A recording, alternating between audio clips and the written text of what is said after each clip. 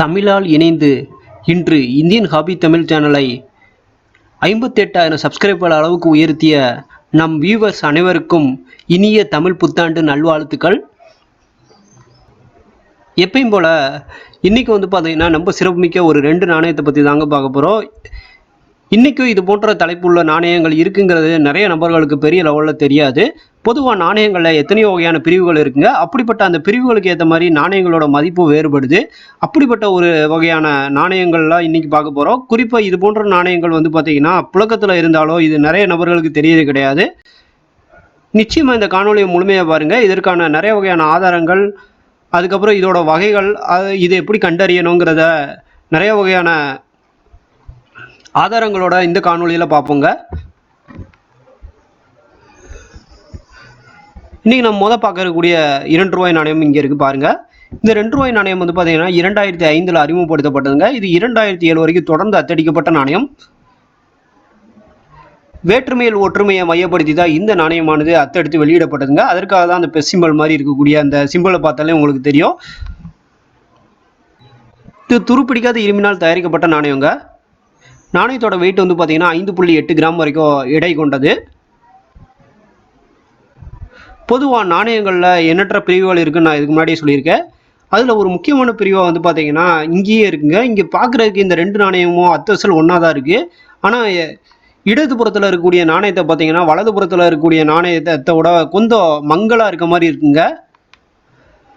பொதுவாக நாணயத்தில் மங்கலாக இருக்கிறது ஒரு சகஜமான ஒன்று தான். ஏன்னா நாணயம் நிறைய அழுக்காக இருந்துச்சுன்னா இந்த மாதிரி இருக்கிறது சகஜம் தான். ஆனால் நீங்கள் க்ளீன் பண்ணி பார்த்த பிறகு இதே போல தான் இருந்துச்சுன்னா அதில் பார்த்தீங்கன்னா நார்மலாக நாணயங்கள் கலக்கும் போது இருக்கக்கூடிய மிக்சரை தவிர்த்து வேறு ஏதாவது மிக்சர் கூட ஆடாக இருக்க வாய்ப்பு இருக்குங்க. அது என்னங்கிற மாதிரி நீங்கள் கேட்கலாம். இதுக்கு பேர் பார்த்தீங்கன்னா OMSன்னு சொல்லுவாங்க. அதாவது நாணயங்கள் அச்சடிக்கப்படும் போது எதிர்பாராத விதமாக இது போன்ற தவறுகள் ஏற்படுங்க. இப்போ எடுத்துக்காட்டாக இந்த நாணயம் துருப்பிடிக்காத இரும்பினால் தயாரிக்கணுங்க. இதுலேயும் கொஞ்சம் பார்த்தீங்கன்னா இந்த செம்பு நிக்கலில் கலந்துட்டாங்கன்னா வேறு மாதிரி மாறிடும். அப்படி தான் மாறுன ஒரு நாணயம் தான் இந்த நாணயம். பொதுவாக இப்படி மாற்றங்களோடு இருக்கக்கூடிய நாணயங்களை சில நேரங்கள் நம்ம கண்டறியறதுக்கு கடினமாக இருக்கும். ஆனால் சில நேரங்கள் நம்ம எளிமையான முறையிலே கண்டறிந்துடலாங்க. பொதுவாக இது போன்ற வகைகளில் எந்தெந்த மாதிரி மாற்றங்களில் ஏற்படும்னா உலோகங்கள் மாற்றங்கள் ஏற்படலாம், அல்லது பார்த்தீங்கன்னா எடையிலே மாற்றம் ஏற்படலாம், அல்லது பார்த்தீங்கன்னா வண்ணங்களோட மாற்றங்கள் ஏற்படலாம், அல்லது பார்த்தீங்கன்னா வடிவம் மாற்றம் ஏற்படலாம், அல்லது மேலே இருக்க எல்லாமே ஏற்பட்டிருக்கலாங்க. இப்போ இங்கே இருக்கக்கூடிய அதாவது இடதுபுறத்தில் இருக்கக்கூடிய நாணயங்களில் வண்ணங்கள் மட்டும் வித்தியாசமாக இருக்கும். இதை கண்டறியது கொஞ்சம் கஷ்டம் தான். ஆனால் இந்த துருப்பிடிக்காத இரும்பு நாணயங்களில் மேக்னெட்டை கண்டுபிடிக்கலாங்க. ஏன்னா மேக்னெட்டில் பார்த்தீங்கன்னா இந்த துருப்பிடிக்காத இரும்பு நாணயங்கள் அட்ராக்ட் ஆகும். ஆனால் இந்த மாதிரி செம்பு நிக்கல் கலந்த நாணயங்கள் அட்ராக்ட் ஆகாதுங்க. இதை நீங்கள் கண்டறியலாம். இப்போ இங்கே இருக்கக்கூடிய நாணயத்தை நீங்கள் பார்த்தீங்கன்னா துண்டா தெரியுங்க. இதில் பார்த்தீங்கன்னா வடிவமே மாற்றம் அடைஞ்சிருக்கு. நார்மலாக பார்த்தீங்கன்னா 2 ரூபாய் நாணயம் வட்ட வடிவில் இருக்குங்க. ஆனால் இந்த நாணயம் பார்த்தீங்கன்னா ரொம்ப டிஃப்ரெண்ட்டாக இருக்குது. பார்க்குறதுக்கு பார்த்தீங்கன்னா அந்த பழைய காலத்து 20 பைசா நாணயம் மாதிரி இருக்குங்க.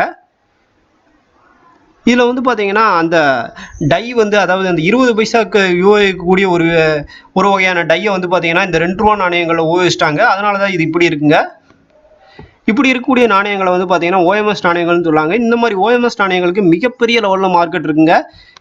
நிறைய நபர்கள் இது போன்ற நாணயங்களை வாங்குறதுக்கு போட்டி போட்டுக்கிட்டு இருக்காங்கன்னே சொல்லலாம். இந்த மாதிரி நாணயங்கள் பார்த்தீங்கன்னா கொஞ்சம் ஆண்டுகளுக்கு முன்னாடி ஒரு பெரிய ஏல நிறுவனங்கள் மூலம் விற்பனை செய்யப்பட்டிருக்குங்க. அது எந்த லெவலுக்கு விற்பனை செய்யப்பட்டிருக்குன்னு நீங்களே இங்கே பாருங்கள்.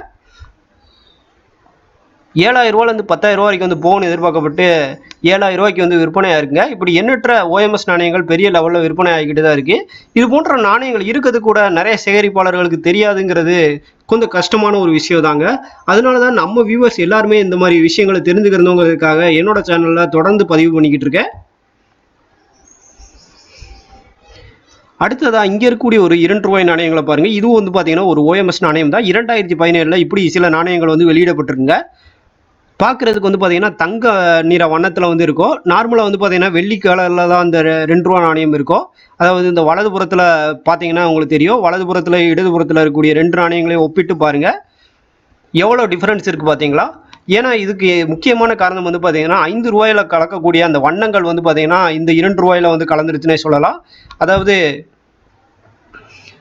இதில் பிராஸை கலந்துட்டாங்க. அதனால தான் இந்த வண்ணங்கள் மாற்றப்பட்டிருக்குங்க. இப்படி இருக்கக்கூடிய நாணயங்களுக்கும் மிகப்பெரிய லெவலில் டிமாண்ட் இருக்குது. இப்போ இந்த நாணயமும் ஒரு பெரிய ஏல நிறுவனங்கள் மூலம் விற்பனை செய்யப்பட்டிருக்குங்க. எந்த லெவலுக்கு விற்பனை செய்யப்பட்டிருக்குங்கிறதுக்கான ஆதாரத்தை கீழே நீங்களே பாருங்கள். ரூ. 7,000 ரூ. 8,000 வந்து போகும்னு எதிர்பார்க்கப்பட்டு ரூ. 11,000 வந்து விற்பனை ஆயிருக்கு. பொதுவாக இது போன்ற நாணயங்கள் பொது புழக்கத்தில் இருந்துக்கிட்டு தாங்க இருக்குது. ஆனால் இது போன்ற நாணயங்களை சேர்க்கறதுக்கு தான் நிறைய நபர்களுக்கு தெரியவே கிடையாது. அதனால தான் என்னோட காணொலிகள்லாம் தொடர்ந்து பதிவு பண்ணுறேன். இது போன்ற நாணயங்கள் உங்களுக்கு கிடைச்சா Bombay auction, classical numismatic gallery போன்ற இணையதள ஏல நிறுவனங்கள் மூலம் விற்பனை செய்யுங்க. உங்களாலேயும் இது போன்ற அதிக மதிப்பில் வந்து லாபம் ஈட்ட முடியும். இந்த காணொலி உங்களுக்கு பிடித்திருந்தா மறக்காமல் லைக் பண்ணுங்கள். இது போன்ற காணொலிகளை நீங்கள் தொடர்ந்து பார்க்கணும்னா மறக்காமல் நம்ம இந்தியன் ஹாபி தமிழ் சேனலை சப்ஸ்கிரைப் பண்ணிக்கோங்க. என்னோட முகநூல், ட்விட்டர் மற்றும் இன்ஸ்டாகிராமில் பின்தொடர கீழே இருக்கும் ஐடியை வைத்துக் கொள்ளுங்கள். வரலாற்று தகவல்கள் தொடரும். நன்றி.